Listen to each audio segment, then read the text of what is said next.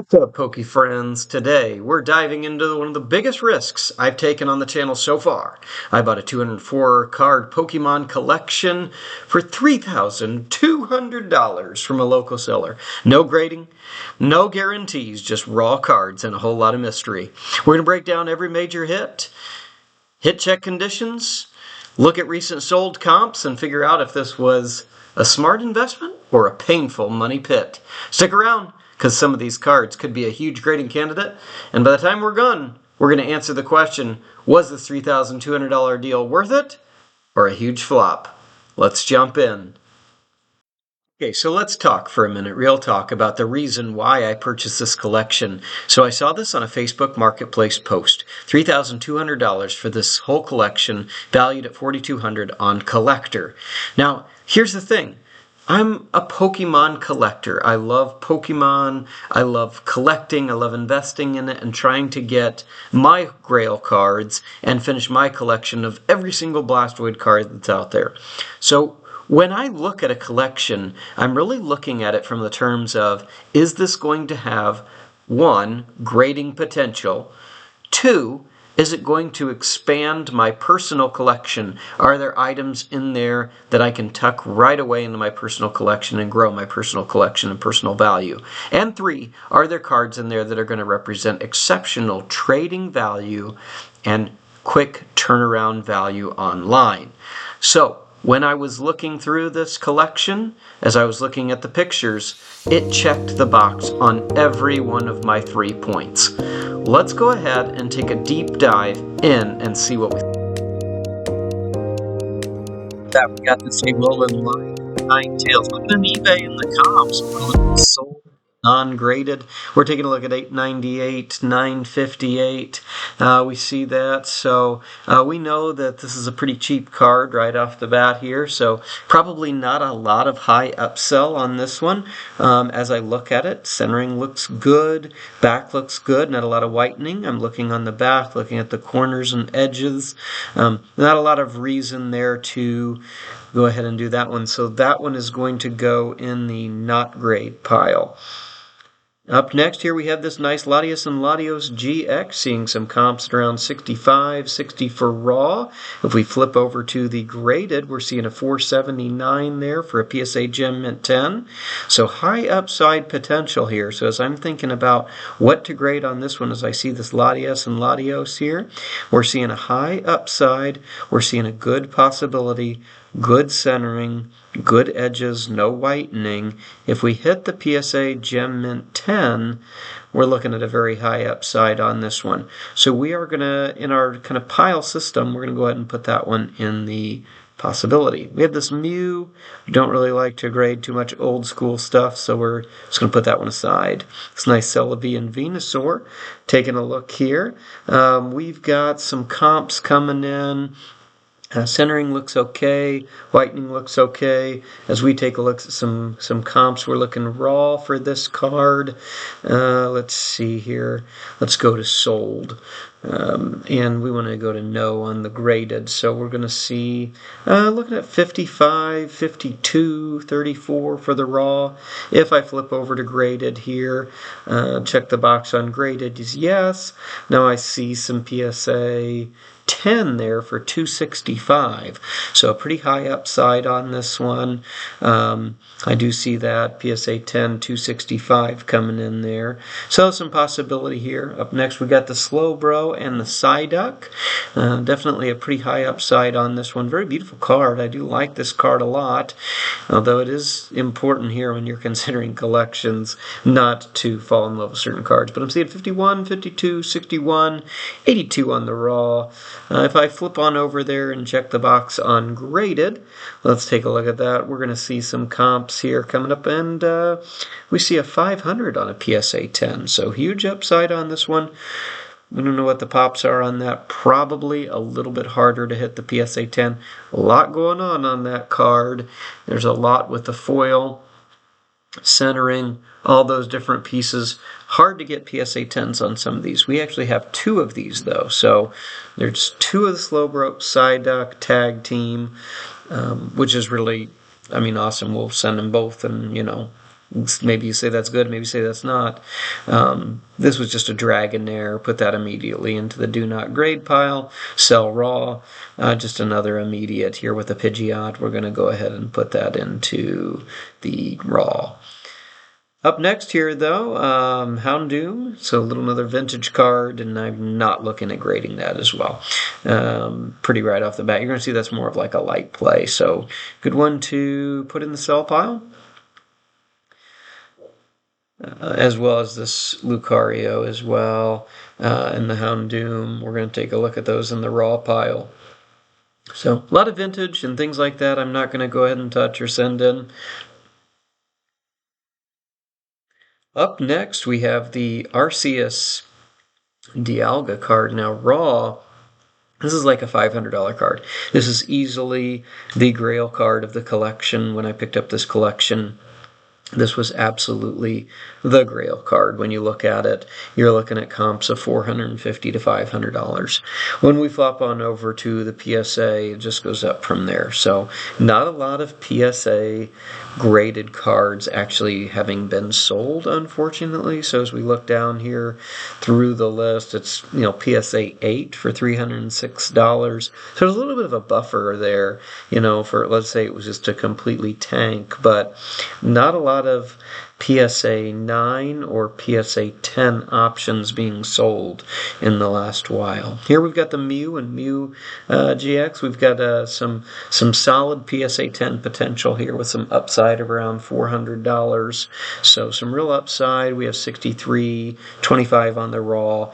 So definitely a huge upside on the PSA 10s. Looking at $400 to $500 on the PSA 10s in the sold area. So definitely a hot one to send to PSA and look to, when I'm thinking about this is what I'm thinking of. What's going to bring me the investment? What's going to bump this up? So at $18.99 for PSA grading, if I can go from a $20 card all the way up to a $500 card, I'm going to do it. Next, we have the Charizard VMAX from Secret Champions, 74. On this one, we're looking at comps 150 to 100 raw, looking like PSA 9 around 185. So we've got some buffer there. I do like that when there's a nice buffer between the PSA 9 and 10, especially let's say if I miss that 10 and I hit the 9, there's a little bit of wiggle room there for me, a little bit of meat on the bone that I can still make it work out to where it was a solid investment. So when I look at this, definitely one I'm going to be grading when you look at the upside difference between the raw card selling for roughly 50 to 100 versus the PSA 9 and 10 in 200 to 400 in that range. So definitely worth sending. That one's going to go right into my grade pile. Up next, we have this nice Espeon EX Full Art. Taking a look at some of the comps here. Recently sold. It's kind of hard to find one, but $40 to $90 range, somewhere around there when we look at the graded. Always want to make sure I'm on the sold, by the way. $81 there for that sold one. I see a lot of the Umbreon SARs popping up here. But CGC 8.5 was $112, so that tells us there's a pretty good upside on this card. Definitely not seeing a lot of sold PSA 9s or 10s on here, so it could be potential for low population of PSA 9s and 10s. Probably going to be a hard card to get in a PSA 10, but when I look at this card, I have to send it because condition-wise, it looks very solid all around. Centering looks good. No whitening on the edges. Corners look good. So a high probability here. Probably, looking at a PSA 9 maybe there, but still an upside on that one. So still definitely worth sending to PSA. So we're going to go ahead and put that in our grade pile on with the Charizard VMAX there. As we keep rolling on here, we're taking a look here at the Greninja and Zoroark. On this one, we've got some comps here. Looking at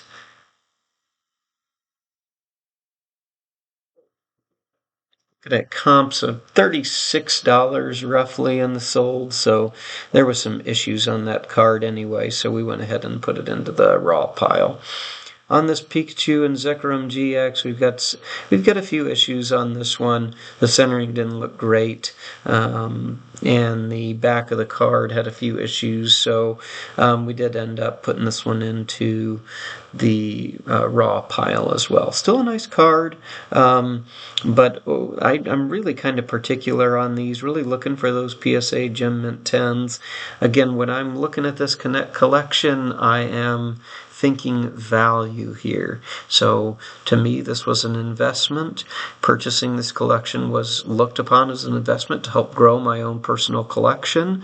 And to do that, I've got to be able to turn around and make some profit off of these cards. I've got to look at what is going to give me the most return, the most value here. And if it's got any whitening at all, there's a Slowbro Celebrations card there. Not a lot of reason to send these off to PSA. Not a lot of upside on these. The Celebrations really need to hit a PSA 10 for any value there. When we look at some of these EX cards, I know some people send those, not a lot of reason to be doing that. Not a lot of upside on EX cards and things like that. Here you can see I'm just taking a look at the back side through the pack. Some of these, I can easily tell with this Lucario right off the bat, moderate play, ding, gone. Not sending it to PSA raw. That's going to be a raw card. So it's very easy to see, especially on vintage cards, when we're looking and we're really trying to process through a stack quickly. When we're looking at vintage, that's going to be a key indicator. We got the Mega Lopunny here. We can see $18 raw, kind of filtering over to some of the. We want to look at what the graded card values are. This one had some upside here on this one. Surprisingly, there was quite a bit of upside on some of these. So this one was a high potential. As a ticket, $18, $20 card, flop it to a $200 to $300 card, and so this is what we're talking about. When we're trying to create value in a purchased Pokemon collection, where I purchase this collection from someone, someone's personal collection, I'm looking to create value. Here we got the Guzzlord Team GX. On this one, there's a few issues with it. Not a huge amount of value here to be found.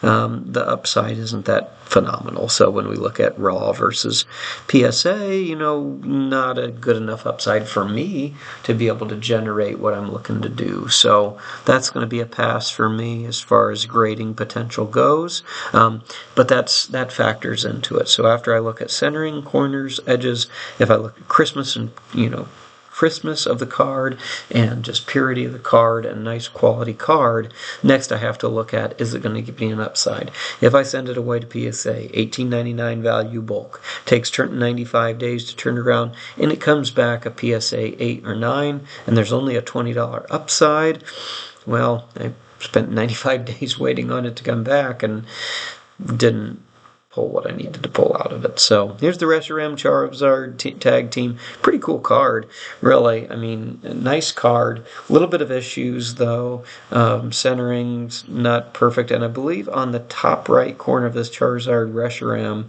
on the front, there's a ding on the hollow as well as some surface wear and things like that. So pretty cool card. Definitely going to say raw, but neat card all around. Here we have the Espeon Dialga, and this is another pretty cool card. I like it. Not a lot of upside here on this one when you look at some of the comps.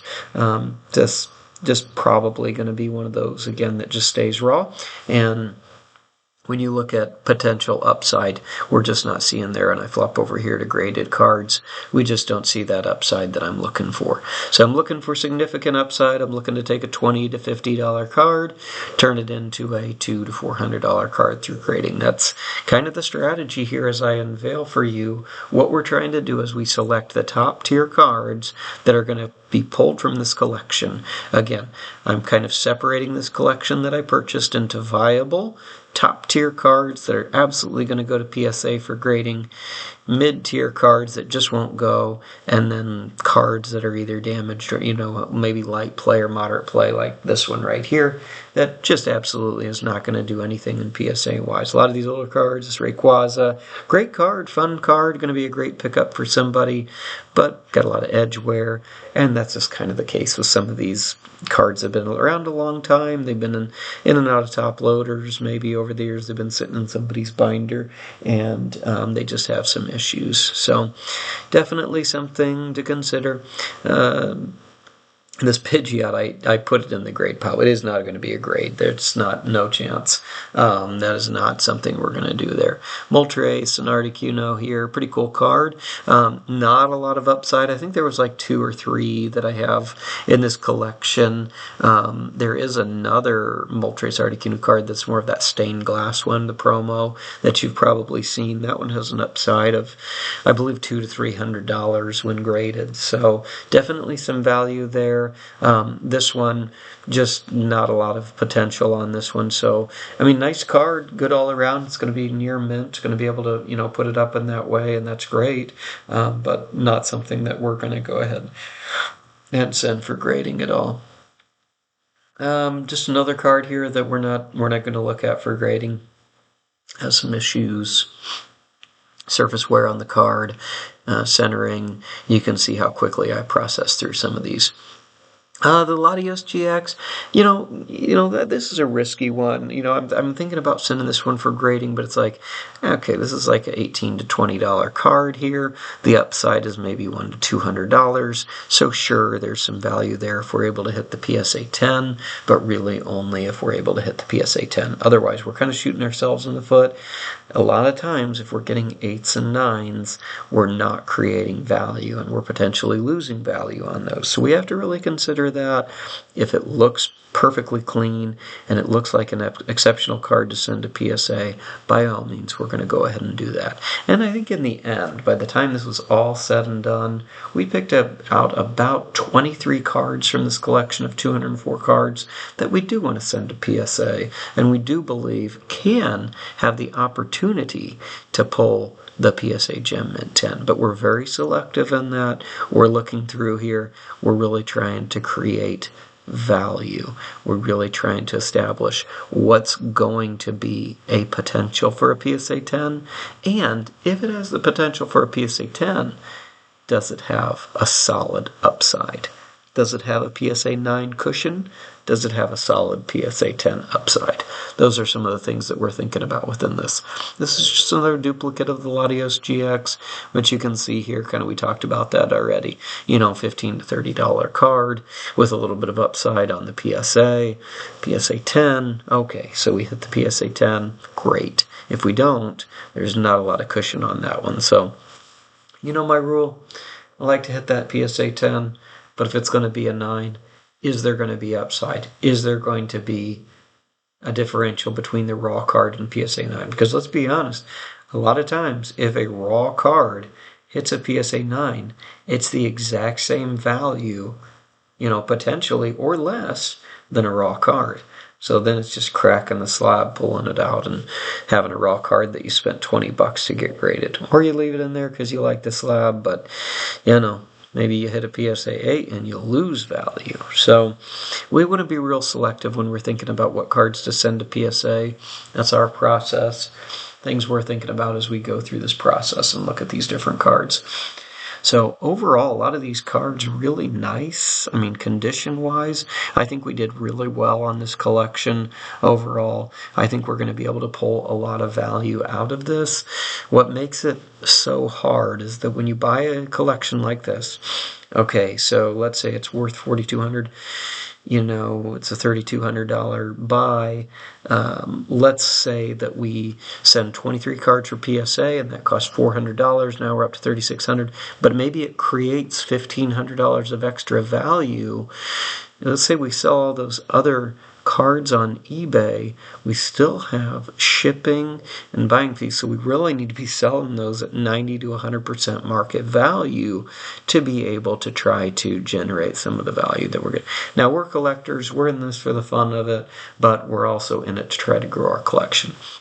So I definitely want you to know, what our purpose is here in this, and why we're going after this collection, what it was that inspired us to start this particular purchase right here, and what we think we're going to be able to establish with it. And we do think that there is an upside on this. We do think the potential is there. The potential is there to get the return and to be able to establish that. But it is kind of tricky, because when you look at it overall as the collection, the margins are very slim there when you really think about it. Okay, if we bought this for 75 to 80% value, and we're trying to sell it for 90 to 95% market value, and eBay, we know we're using eBay, and they're taking their cut, So when they're taking their cut of 13.3% plus some shipping fees, that eats into the bottom line real quick. There's not a lot of meat on the bone for that one.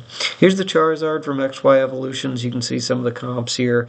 I think this one has a pretty big upsell, but it also has some chance to really miss. And these cards from the XY era, I've had experience having a really hard time grading these cards, especially these reverse foils. There's just something about the reverse foils in the XY era where quality control was a little bit poor.